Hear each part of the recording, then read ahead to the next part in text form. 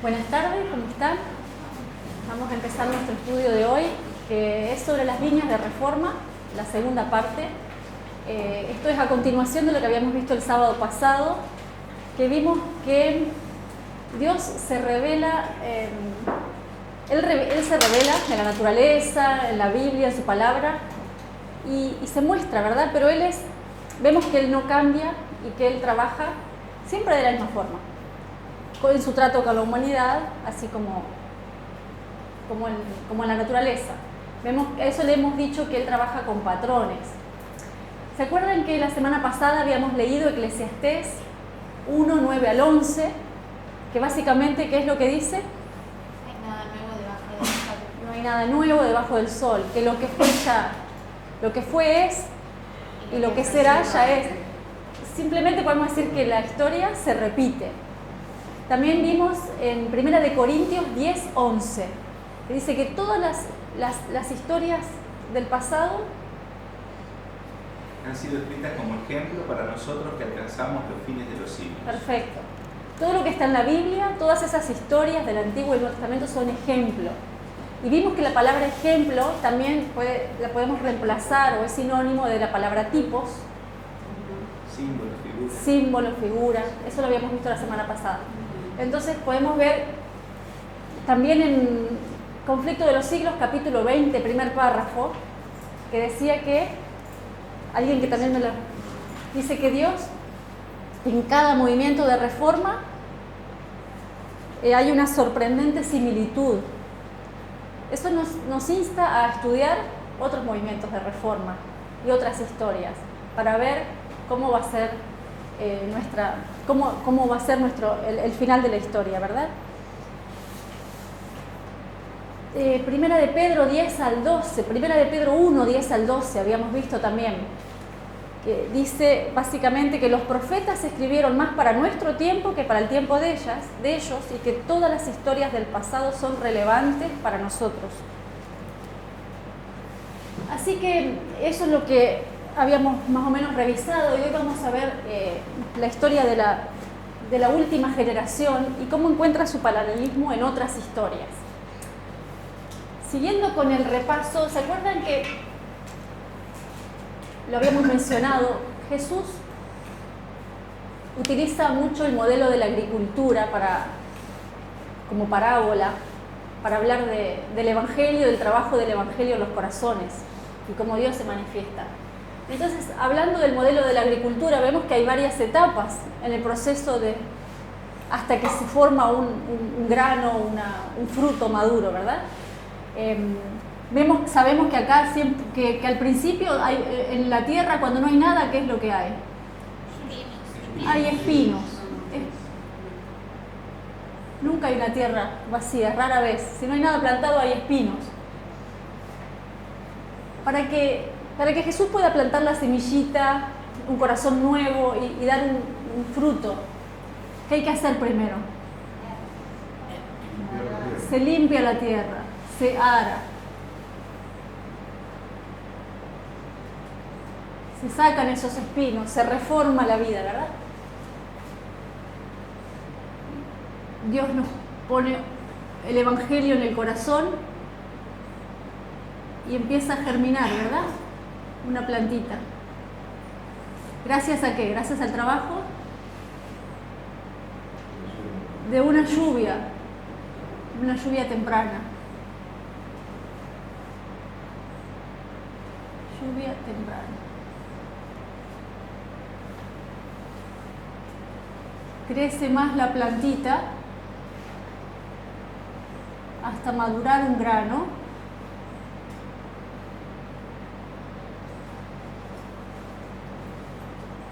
La lluvia tardía es la que madura la cosecha, la que madura la planta para que luego pueda ser cosechada.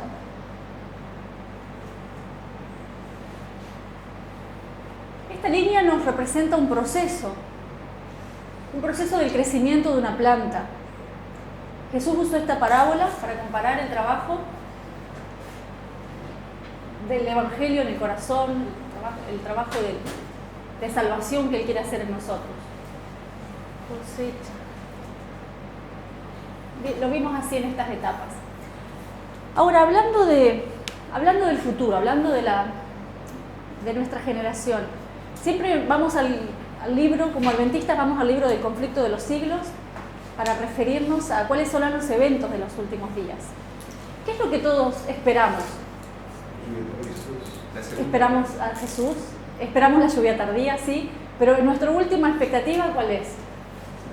La segunda venida de Jesús. Por eso estamos acá y por eso nos llamamos adventistas del séptimo día. Todos esperamos la segunda venida. Pero sabemos que no va a ser mañana. Sabemos que tienen que pasar ciertas cosas antes. ¿Qué esperamos? ¿Qué leemos en el conflicto de los siglos? ¿Qué esperamos en otros estudios, en otros libros de la hermana White, otros escritos?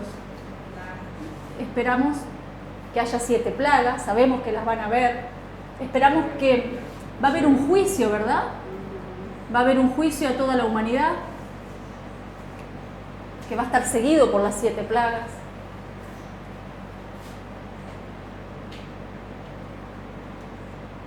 Antes de este juicio para toda la humanidad, ¿qué es lo que los adventistas esperamos y tememos y sabemos que va a ocurrir? Perfecto. Siempre hablamos de que va a ocurrir eso. La ley dominical. Los adventistas saben, porque Elena lo ha escrito, que va a haber un evento como ese. Vamos a poner acá otro evento que ahora no lo vamos a estudiar, pero ya será estudiado a fondo, que es el 11 de septiembre del 2001, que le llamamos 9/11, pero está en inglés, ¿verdad? Porque en inglés se usa primero el mes y después el año. Y acá podemos decir que tiempo del fin. Tiempo del fin. Y acá vamos a marcar 1989.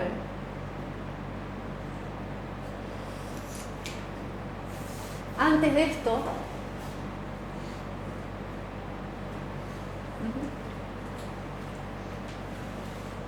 vemos acá 5 hitos en una historia y 4 dispensaciones, 4 periodos y 5 acontecimientos. En 1989 hubo una persona que se levantó con un mensaje y que fue se fue desellando Daniel 11, 40 al 45. Se fue entendiendo ese mensaje, hubo un aumento de conocimiento. En 1996 se publicó la revistita Tiempo del Fin, que contenía ese mensaje.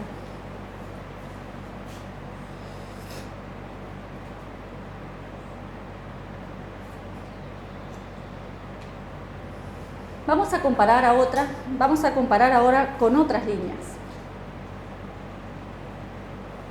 Bueno, todos sabemos que la ley dominical será la prueba para los que esperan a Jesús, ¿verdad? Será una prueba que va a dividir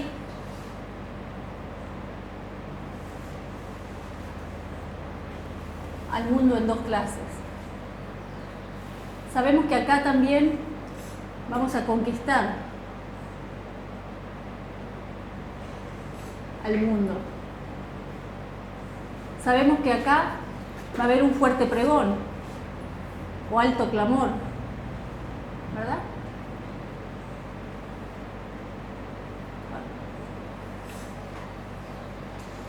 ¿Me siguen hasta acá? Sí. ¿Sí? ¿Se acuerdan que la semana pasada hablamos de, acá cuando digo dividir, ¿se acuerdan que la semana pasada hablamos de 2 clases de personas?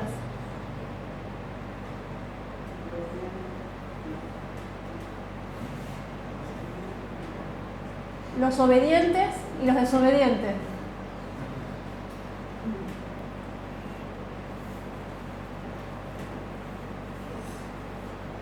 Y vimos varios ejemplos. Primero hablando en los términos de Daniel 12, 9. Daniel 12 dice que va a haber sabios e impíos. A los sabios también les dice entendidos, que son los que son los obedientes, los sabios, los entendidos, los que pasaron por un proceso de 3 pruebas, serán limpios Emblanquecidos y purificados. Gracias. Ejemplos de esto habíamos visto. El primer ejemplo era Abel y Caín. Vimos al publicano y el fariseo. Y sabemos que acá se va a dividir la cosa con esa ley. Y acá este cierre de puerta de gracia va a ser el que está tipificado en Daniel, el que está mencionado en Daniel 12.1. Vamos a poner acá arriba. Daniel 12.1. Se levanta Miguel y se cierra la gracia para toda la humanidad. Eso es lo que sabemos que va a ocurrir.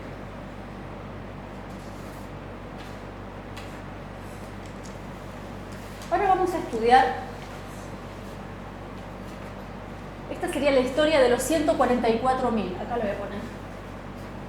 No, de este lado, mejor. Esta es la historia de los 144.000. La última generación, ¿verdad? Es el omega, es el final de todo. Vamos a ver ahora la historia de el Israel literal.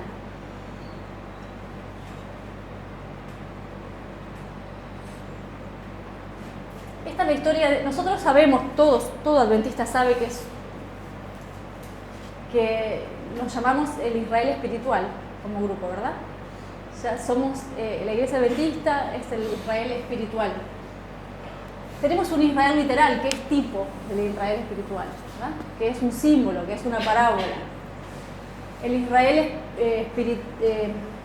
literal, la primera historia sería la de Moisés, y la última, la historia de Cristo, o el fin, cuando termina la dispensación para los judíos. Vamos a hablar de esta historia entonces. La historia del Israel literal, el omega, que sería con Cristo, ¿verdad? Vamos a ver si encontramos este mismo patrón.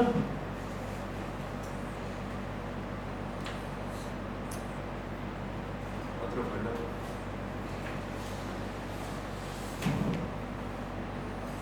Otro color. Vamos a ver si encontramos el mismo patrón. Primero tenemos que hay un tiempo de oscuridad. Esto significa oscuridad. Vamos a controlar eso, vamos a corroborar eso. En el archivito, en la página 2, Juan 3.19. Juan 3.19 es un versículo bien cortito. ¿Leo? Sí, por favor. Y esta es la condenación, que la luz vino al mundo y los hombres amaron más las tinieblas que la luz, porque sus obras eran malas. La luz vino al mundo. ¿Sabemos quién es la luz? Jesús es la luz. O sea, pero los hombres amaban la tiniebla, estaban en tinieblas. Seguimos con el otro texto, es deseado de todas las gentes, 19.4. ¿Alguien que me ayude a leer? Bien. Pero Sí. los israelitas cifraron sus esperanzas en la grandeza mundanal. Desde el tiempo en que entraron en la tierra de Canaán, se apartaron de los mandamientos de Dios y siguieron los caminos de los paganos. En vano Dios les daba advertencias por sus profetas. En vano sufrieron el castigo de la opresión pagana. A cada reforma seguía una apostasía mayor. Perfecto. Deseado de toda la gente es 22.3. ¿Querés leer? Sí, Habían estudiado las profecías, pero sin percepción espiritual. Así habían pasado por alto aquellos pasajes que señalaban la humillación de Cristo en su primer advenimiento, y aplicaban mal los que hablaban de la gloria de su segunda venida. El orgullo oscurecía su visión, interpretaban las profecías de acuerdo con sus deseos egoístas. Perfecto. El orgullo oscurecía su visión. Y vimos acá que el grupo de los desobedientes le hablábamos de que eran los fariseos, ¿verdad? Que era el pecado de la autoexaltación. Es el orgullo, ¿verdad? Bueno, entonces estaban en oscuridad. Sabemos además que no hubo profeta por 400 años antes del nacimiento de Jesús, que nos ayuda eso a saber de que estaban realmente en una oscuridad. Pero de repente, cuando vino el cumplimiento del tiempo, dice Gálatas 4:4, Dios envió a su Hijo, nacido de mujer y nacido bajo la ley. perfecto, Gálatas 4:4, llegado el momento, nació Jesús.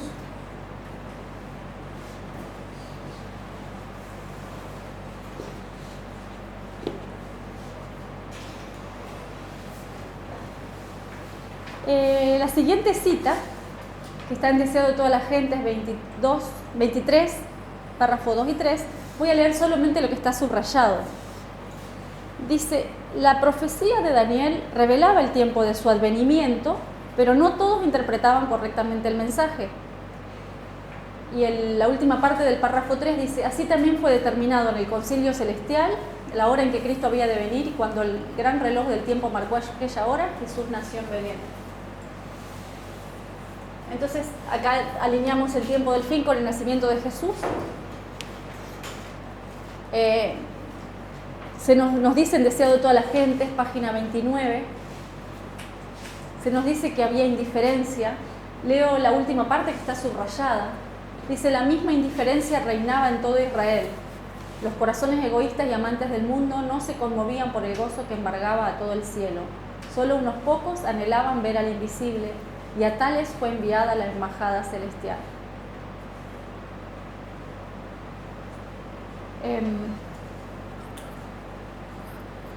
Nació Jesús, un libertador, el Salvador. Hubo un aumento de conocimiento y hubo una formalización del mensaje. ¿Quién les parece que formalizó el mensaje? La predicación de Juan el Bautista. Juan el Bautista, Mateo 11, 9 al 14. ¿Alguien que me ayude a leer? Pero ¿qué salisteis a ver? ¿A un profeta? Sí, os digo, y más que profeta, porque este es de quien está escrito. He aquí, yo envío mi mensajero delante de tu faz, el cual preparará tu camino delante de ti. De cierto os digo, entre los que nacen de mujer no se ha levantado otro mayor que Juan el Bautista, pero el más pequeño en el reino de los cielos mayor es que él. Desde los días de Juan el Bautista hasta ahora, el reino de los cielos sufre violencia y los violentos lo arrebatan, porque todos los profetas y la ley profetizaron hasta Juan, y si queréis recibirlo, él es aquel Elías que había de venir. Gracias. Perfecto. Juan el Bautista hizo un trabajo de formalizar un mensaje. La gente ya se estaba dando cuenta de que iba a venir, que había llegado el tiempo, ¿verdad?, de las 70 semanas y de que algo iba a pasar. Y ahí entró Jesús. Ahí entró Jesús a trabajar, empezó a hacer su obra. Alineamos acá con el bautismo. Alineamos esto con el bautismo porque el bautismo significa muerte y resurrección. Acá la semilla es plantada, tiene que morir la semilla para crecer una planta. Alineamos con el bautismo de Jesús. Hubo una manifestación gloriosa en el momento del bautismo de Jesús y fue llevado al desierto por 40 días.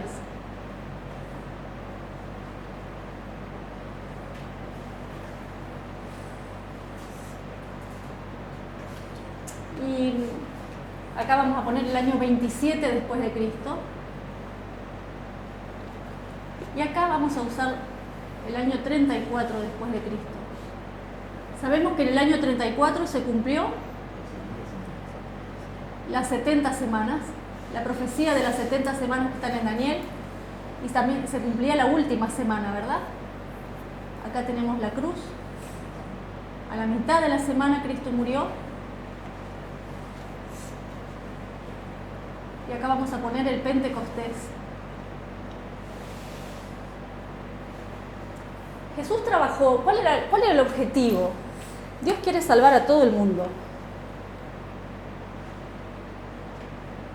Pero tenía que haber un cambio. Dios siempre tuvo un pueblo especial. Ese pueblo no estaba bien, estaba enfermo, dañado.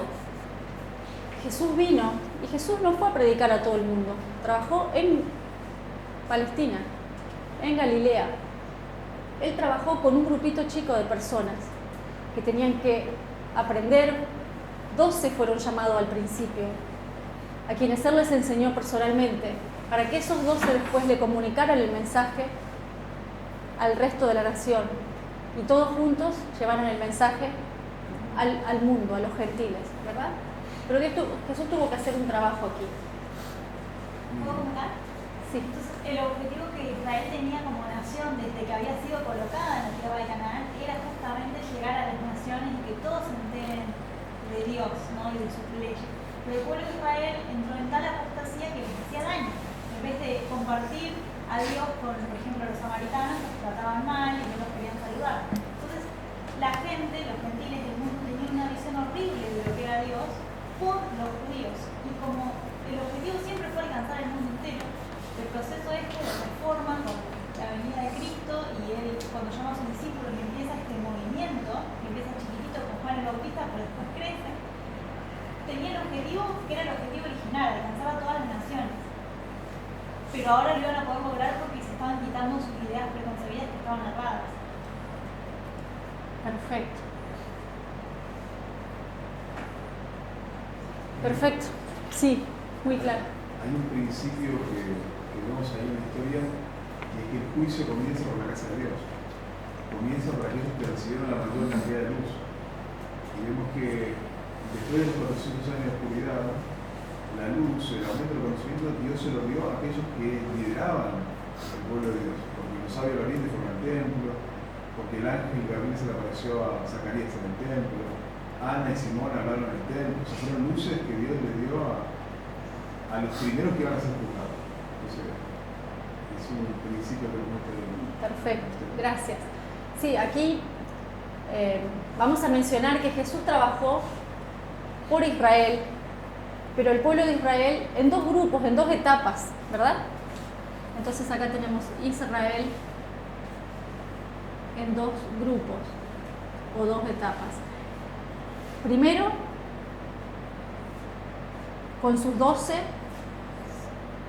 y hasta el Pentecostés, y en el Pentecostés fue derramado el Espíritu Santo y se fueron a predicar al resto de Jerusalén. Y después del año 34 se fueron a conquistar al mundo, a los gentiles.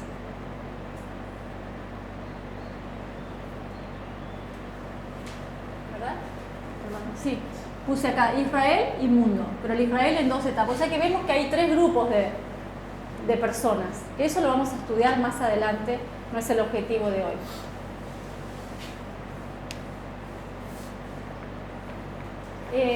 Bueno, y acá en la línea esta de Jesús o del fin del Israel, aquí podríamos poner, por ejemplo, el sitio de Jerusalén, que fue un cierre de puerta de gracia para todos los cristianos. Elena es bien clara, y yo puse las citas aquí, en que ningún cristiano se perdió, porque todos acataron la señal y fueron obedientes, y Dios les fue mostrando el camino. Y podemos poner el año 70, que es la destrucción de Jerusalén,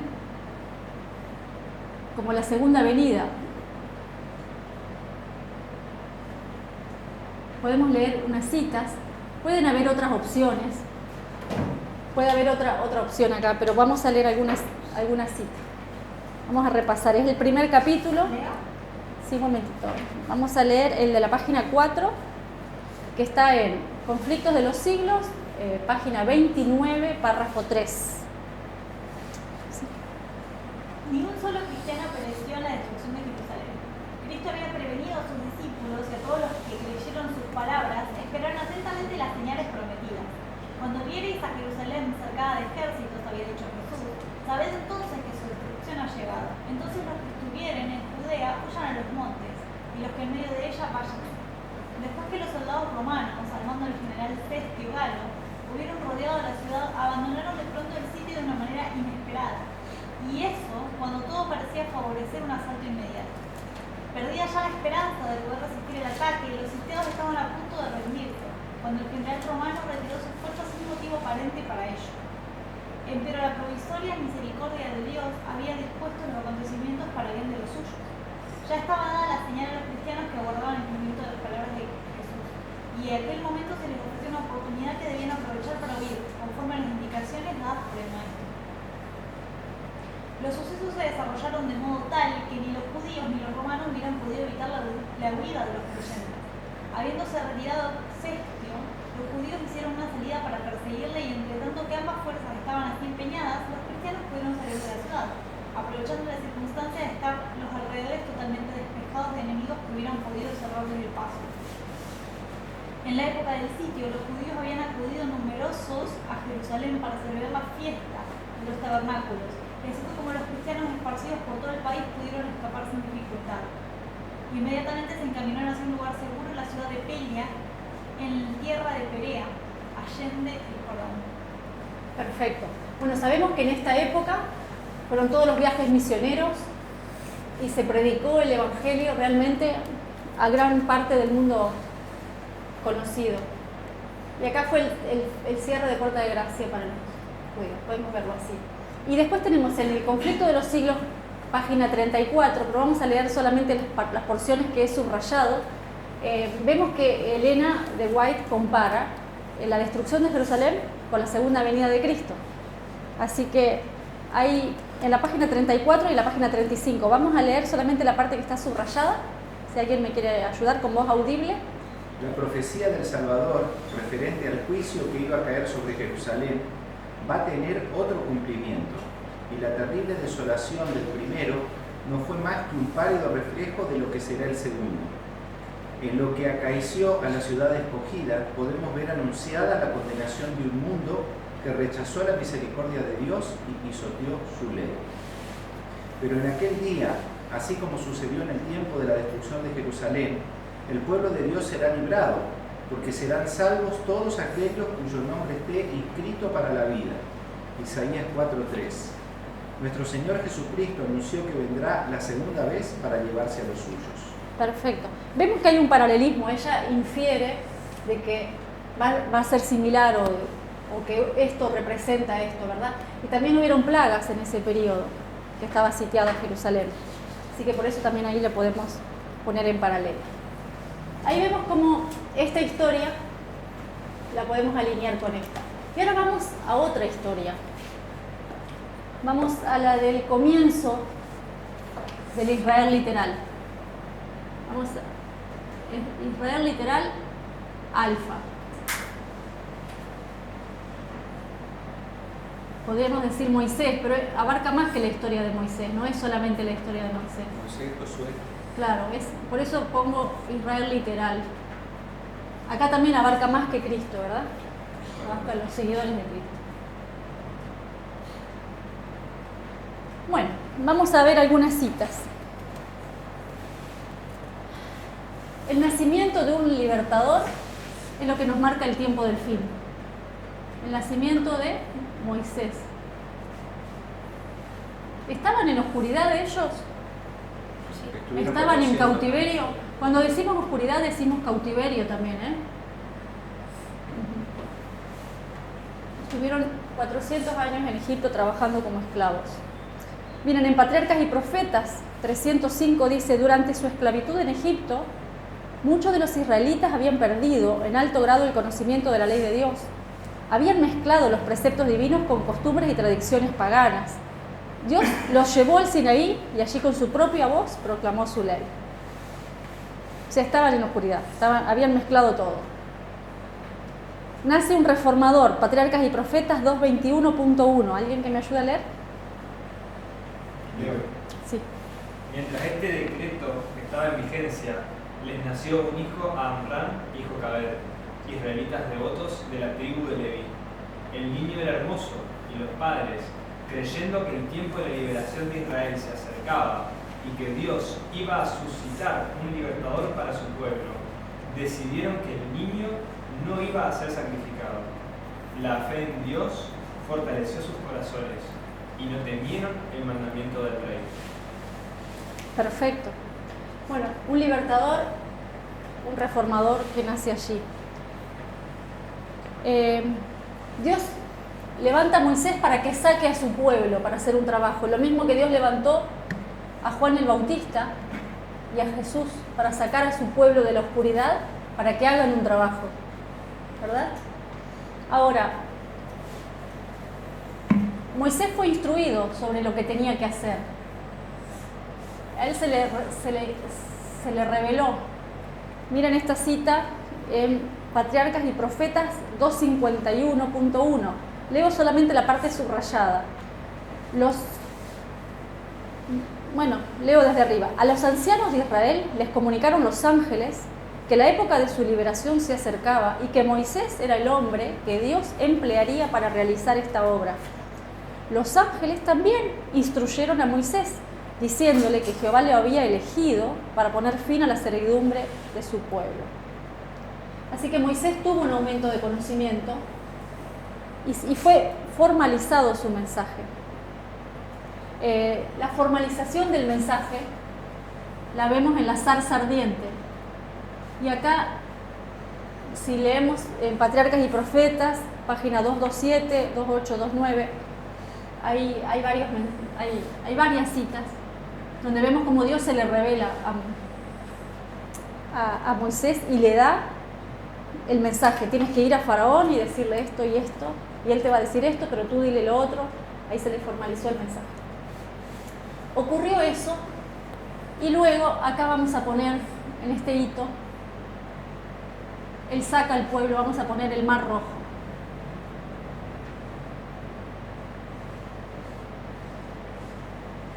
Miren esto, qué interesante.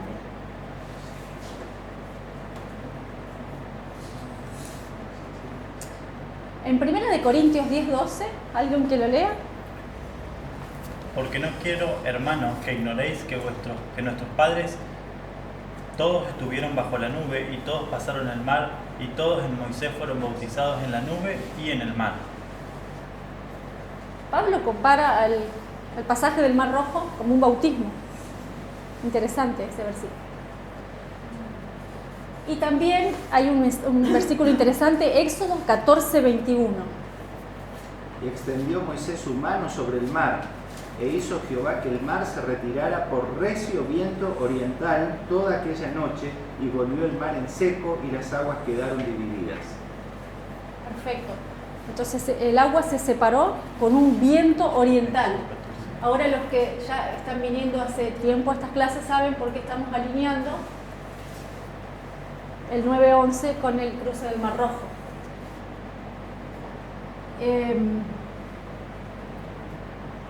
Porque consideramos que el 9:11, comienza el ay, el tercer ay de la séptima trompeta, ¿verdad? Que es viento oriental.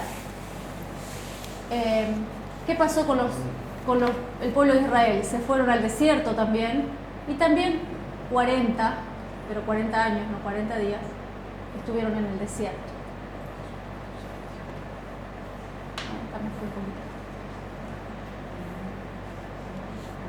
Acá, alineándolo con la cruz, vamos a poner el cruce del Jordán.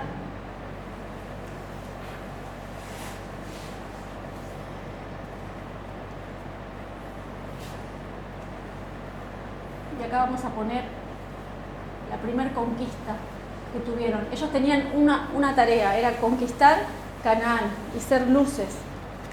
Así que tenían que conquistar a las ciudades enemigas. Y acá vamos a poner la primera conquista que ellos tuvieron fue Jericó, después de cruzar el Jordán, ¿verdad?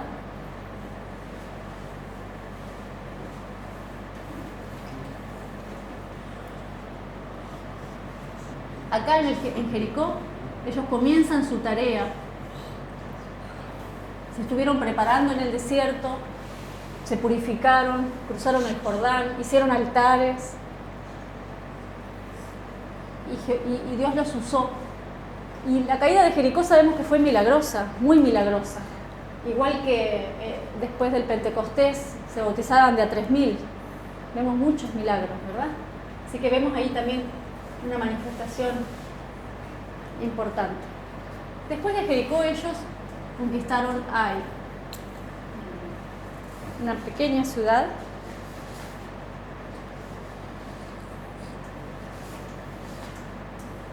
Y ¿qué pasó acá? No, en realidad ellos, sin consultar a Dios, deciden conquistar Ai y les va mal. En ese momento ellos se dan cuenta de que les fue mal y descubren el pecado de Acán, que había robado ese manto babilónico, y etc. En un segundo intento recién la pueden conquistar. La pueden conquistar. Perfecto, gracias. Acá en Jericó vemos que hay un pecado. Vemos la codicia de Acán. En vez de escribir Acán voy a poner codicia.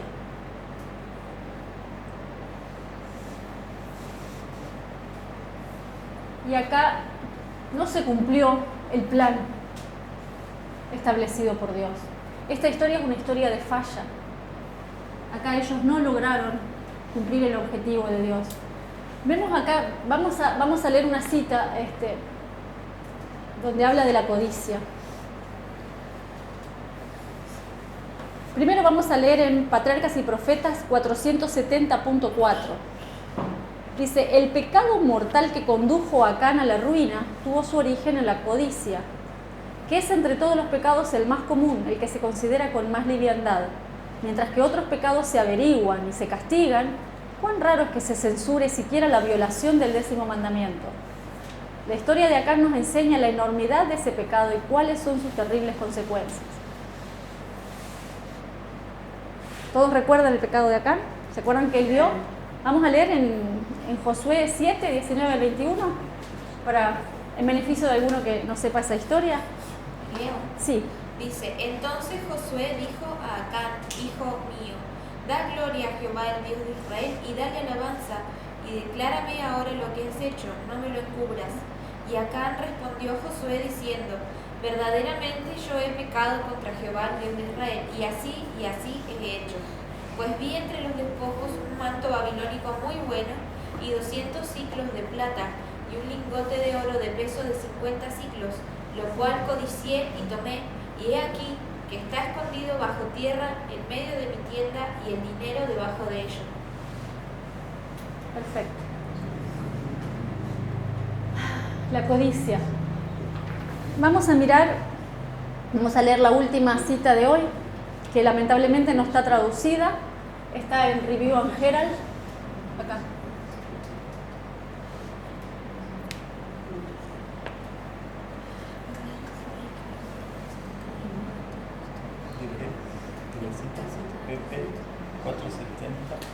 Review and Herald, September 4, 1883, párrafo 1.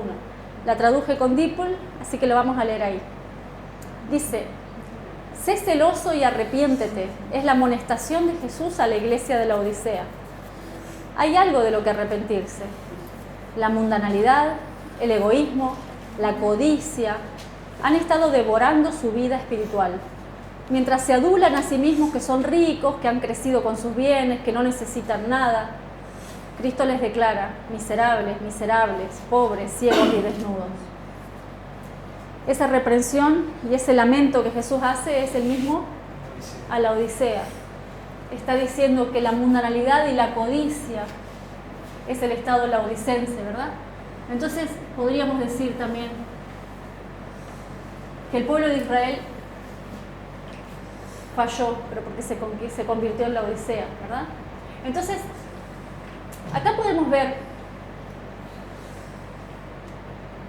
cómo podemos comparar historias. También tenemos la historia de los mileritas, que podríamos traer a colación. Tenemos la historia del comienzo y del fin del Israel literal, del Israel antiguo.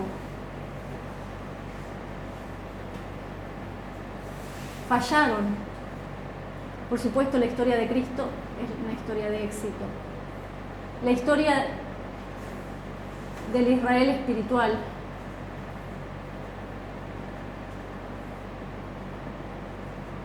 la última. Los mileritas fallaron porque también se cayeron en el estado laodicense y no pudieron cumplir su misión. Muchas gracias, Agustina.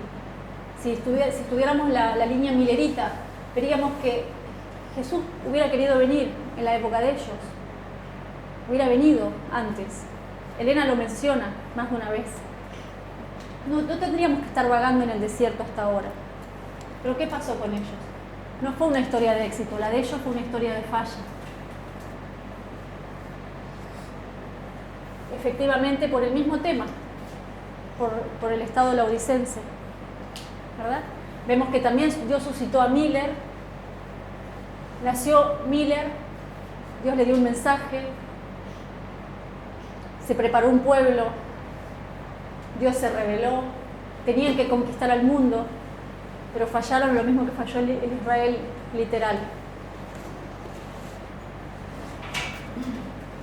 Así que esto es lo que les quería dejar por ahora, para que veamos cómo la historia se repite y cómo podemos ver en el pasado pautas que nos van a decir cómo va a ser nuestra historia. ¿Hay alguna observación? ¿Hay alguna acotación? Si alguien cree que falta algo para agregar. No, básicamente lo que se ve en las líneas es que ahí hay 5, digamos, hitos importantes en cada línea y 4 dispensaciones, como vos dijiste bien al comenzar la charla. Pero entre cada línea negra hay 2 hitos, hay un aumento de conocimiento y una formalización del mensaje. Sí. Eso significa que ahí entre el 9-11 y la ley dominical tendríamos que esperar 2 hitos. Luego entre la ley dominical y el cierre de Puerta de Gracia, bueno, había 2 hitos más, y luego también. Y en cada dispensación Dios nos va a ir dando luz para Amén. que sepamos algo más del evento que vamos a tener enfrente hasta que tengamos un mensaje guiado por Dios claramente. Oremos para poder recibir ese mensaje. Amén. Bueno, muchas gracias. Los invito a orar.